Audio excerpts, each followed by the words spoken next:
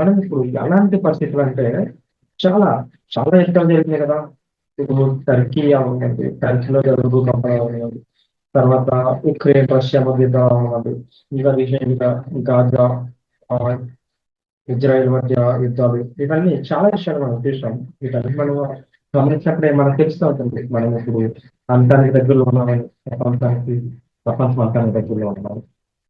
రెండు తీర్మానం రాసిన పత్రిక 3వ అధ్యాయం మొదటి నుంచి మనం 5 వచనాలు చదువుకున్నట్లయితే కొన్ని విషయాలు మనం గమనించాలి. ఏంటంటే అంత్య దినములో అపాయకరమైన కాలంలో వచ్చిందని తెలుసుకున్నాము. ఎలాగనగా మనుష్యులు స్వార్థకులు, ధనాపేక్షులు, బెంకములు ఆడవారు, అహంకారులు, దూషకులు, తండ్రులకు అవిధేయులు, కృతజ్ఞత లేనివారు, అపవిత్రులు, అనురాగరహితులు, అతి ద్వేషులు, అపవాదకులు, అజితేంద్రియులు, క్రూరులు, చర్చల ద్వేషులు, ద్రోహులు, మూర్ఖులు, గర్వంతులు, దేవుని కంటే సుఖానుభవం ఎక్కువగా ప్రేమించేవారు, పైకి భక్తి గల వాళ్ళ ఉండి దాని శక్తిని ఆచరించిన వారిన ఎందురు ఇటు వారికి ఎందుకడన ఎందును అని. అంటే ఏంటంటే మనం చూస్తున్నాం, నేను ఆల్రెడీ మీకు చెప్పాల్సిన అవసరం లేదు, చదివినప్పుడే మీకు అర్థమవుతుంది.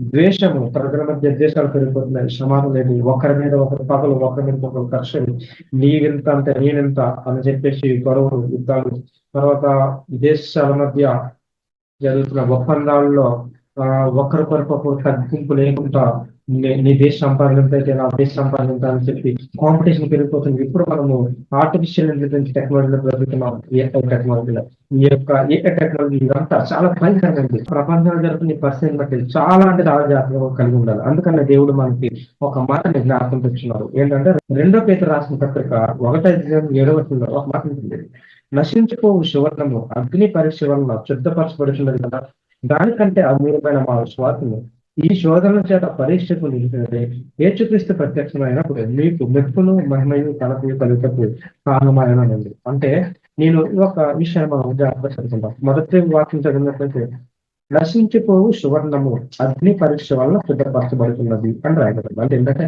బంగారం తయారు చేసేవాడు, బంగారం తయారు చేసే ఆ వ్యక్తి ఎవరైతే ఉన్నాడో ఆ బంగారం తయారు చేసేవాడు ఏమంటాడు, దాన్ని బాగా కాల్చి, బంగారం తయారు చేసేవాడు బాగా కాల్చి దాన్ని శోధించినప్పుడు దాని నుంచి లేని బంగారం బయట తీయబడుతుంది. అలాగే ఈ లోకంలో ఉన్న మనుష్యుడు, ఈ లోకంలో ఉన్న ప్రజలు ఎవరైతే ఉన్నారో ప్రతి ఒక్కరు కూడా ఈ లోక శ్రమలు అనుభవించాలి.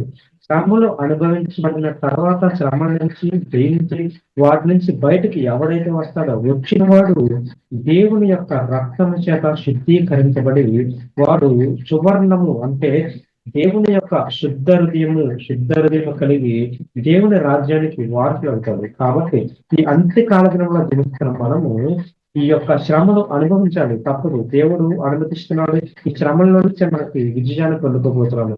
ఆ రీతిగా మీరందరూ రక్షింపబడాలి. అంతేకాదు 13వ వచనంలో వేరే మాట ఏంటంటే, కాబట్టి మీ మనస్సు అను నడుని పట్టుకొని నెప్పమైన బుద్ధి బలవాడే యేసుక్రీస్తు ప్రత్యక్షమైనప్పుడు మీకు దేవుడు కృప విషయమే సంపూర్ణ నిరీక్షణ కలిగి ఉండడం బాధపడింది. అందుకనే మనం ఏంటంటే మన యొక్క మనస్సాక్షిని చంపుకొనక దేవుడు మనకు ఇచ్చిన వాక్యాన్ని మన హృదయంలో ఉంచుకొని వాక్య ప్రకారం మనం జీవించి రాకడకు దగ్గరగా ఉన్నాము. 2020 అర్థమవుతుందని నేనైతే పాల్గొని చెప్పట్లేదు, ఎందుకంటే అది కేవలం ఒక ప్రెడిక్షన్ మాత్రమే. ప్రెడిక్షన్ 2028 అవుతుందా, 2030 అవుతుందా, 60 అవుతుందా, 3000 అవుతుందా అనేది అది దేవుని చెప్తుంది. ఎందుకంటే ఆ సమయం ఎవరికి తెలియదు. ఆల్రెడీ నేను వాక్య ప్రకారం మనం చదువుకున్నాం మత్తయి సువార్త 24వ అధ్యాయంలో. అంటే ఆ సమయం దేవుడికి మాత్రమే తెలుసు ఎప్పుడు వస్తుంది అనేది. మనం ఇవన్నీ ప్రెడిక్షన్ కాలంలో ఈ యొక్క మాయలో లోకపు మాయలో మనం చేస్తే మనము ఈ శ్రమల్ని శోధించగలిగి వాటిని మనం జయించగలిగినట్లయితే వాటి నుంచి మనము తప్పించబడతాం. ఎలాగంటే ఆత్మీయతగా మనం జీవించినట్లయితే మనము ఆ శ్రమ నుంచి తప్పించబడతాం. ఆ విధంగా దేవుడు మనందరినీ జీవించి రక్షించాలనేది నా నిరీక్షణ. అందుకని నేను మీకు ముందుగా ఒక విషయాన్ని తెలియజేస్తాను, అదేంటంటే దేవుడు భూమి ఈ యొక్క ప్రపంచంలో ఉన్న కాలాలు తరాలు అన్ని నాశనం అయిపోతాయి, కానీ భూమి మాత్రం ఉండిపోతుంది. అంటే భూమి యొక్క రూపురేఖలు మారవచ్చు, లేదంటే భూమిలో ఇప్పటి వరకు మనం ఉన్న ఈ యొక్క ఈ భారతదేశం ఈ ప్లేస్ లో, లేదంటే వెస్టర్న్ కంట్రీస్ ఎలా ఉన్నాయి, వెస్టర్న్ కంట్రీస్ ఎలా ఉన్నాయి, మన ఆసియా ఖండం ఎలా ఉంది, ఐరోపా ఖండం, ఇవన్నీ ఎలా కొన్ని ఉన్నాయి, ఇవన్నీ రూపురేఖలన్నీ మారిపోయే పరిస్థితులు అయితే. కానీ ఒకటైతే రాబోతుంది, అదేంటంటే ప్రపంచాన్ని మీరు దగ్గర ఉండవచ్చు. అంతటా నేను కొత్త ఆకాశమును కొత్త భూములు చూసేది. మొదట ఆకాశం మొదటి భూమి గతించిపోవాలి. ఇప్పుడున్న ఆకాశం ఏదైతే ఉందో, ఇప్పుడున్న భూమి ఏదైతే ఉందో అవైతే ఉండదు, అవన్నీ గతించిపోయి కొత్త భూమిని, కొత్త ఆకాశాన్ని దేవుడు తీసుకురాబోతున్నాడు. అంతేకాదు సముద్రం అయితే ఉండదు అని ఇక్కడ రాయబడింది. మరి ముఖ్యంగా మరి నూతనమైనది ఏది యెరూషలేము అని ఆ పరిశుద్ధ పట్టణము తన భర్త కొరకు అలంకరింపబడిన పెండ్లి కుమార్తె వలె సిద్ధపరచబడి పరలోకమందున దేవుని యొద్ద నుండి దిగి వచ్చేట చూసింది అని రాయబడింది. యెరూషలేము, నూతన యెరూషలేము మాత్రం ఒకటి ఏర్పాటు చేయబడుతుంది. ఈ యొక్క నూతన యెరూషలేములో క్రైస్తవులుగా లేదంటే దేవుని నమ్మిన వారు ఎవరైతే ఉన్నారో అన్ని జనుల సహితము క్రైస్తవులు కాకపోయినా దేవుని నమ్మిన వారు ఎవరైతే ఉన్నారో, దేవుడు ఉన్నారని ఎవరైతే నమ్ముతారో వారందరూ కూడా రక్షింపబడి వెయ్యేండ్ల పరిపాలనలో పాలు భాగస్తులుగా జీవించబోతున్నారు. తీర్పులకు పాపం చేసే వారికి తీర్పు చేసిపోతున్నారు. అంతేకాదు మూడవ వచనంలో ఇదిగో దేవుని నివాసము మనుషులతో కూడా ఉన్నది. ఆయన వారితో కాపురముండను, వారు ఆయన ప్రజలైండు. దేవుడు తానే వారి దేవుడైంది, వారికి దేవుడైందని అక్కడ రాయబడుతుంది. ఒక్క విషయం మాత్రం గుర్తుపెట్టుకోండి, ఏంటంటే వెయ్యేళ్ల పరిపాలనలో దేవుని యొక్క ప్రజలు ఎవరైతే ఉన్నారో వాళ్ళందరూ కూడా ఏర్పాటు చేయబడిన నూతన యెరూషలేములో పరిశుద్ధమైన ప్రజలు ఎవరైతే ఉన్నారో వాళ్ళందరూ కూడా దేవునితో పాటు కలిసి నివాసం చేయబోతున్నారు. ఈ యొక్క వెయ్యేళ్ల పరిపాలన మనం అందరూ కూడా దేవునితో పాటు ఉండాలి.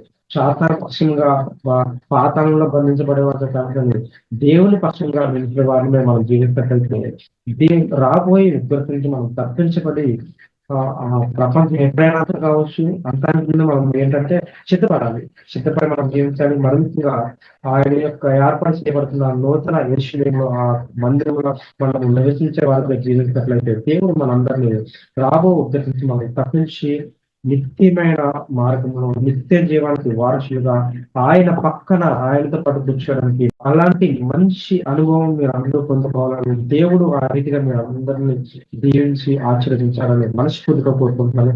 ప్రపంచం అంతమైతే జరుగుతుంది 2028 ఎప్పుడు అనేది అదైతే మన క్లారిటీగా చెప్పలేదు. మీరందరూ ఏదేమైనా కూడా దేవుని యొక్క రాకను సిద్ధపడితే మనం అందరము ఆయన యొక్క రాకను తరపుకునే వారు ఉంటాము. మరి ముఖ్యంగా నేను మీకు వారి అన్ని విషయాలు ఏంటంటే క్రీస్తు రాకడకు ముందు జరగవలసిన 18 సంవత్సరాల నుంచి ఒక్కొక్కటిగా ప్రతి విషయాన్ని 18 సంవత్సరాలు మీకు క్లియర్ గా వివరిస్తాను. వాటి వరకు మీరు ఈ యొక్క ఛానల్ ని ఫాలో అవ్వండి.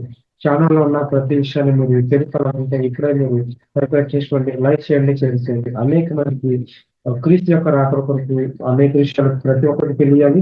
ఈ విషయాన్ని బట్టి ప్రజలందరికీ తెలియాలంటే మీరు అనేక మందికి మీరు ఈ యొక్క ఛానల్ సబ్స్క్రైబ్ చేసుకొని అనేక మందికి షేర్ చేయాలని మనస్ఫూర్తిగా కోరుకుంటాం. దేవుడు మిమ్మల్ని మీ యొక్క కుటుంబాన్ని దీవించి ఆశీర్వదించిన రాక.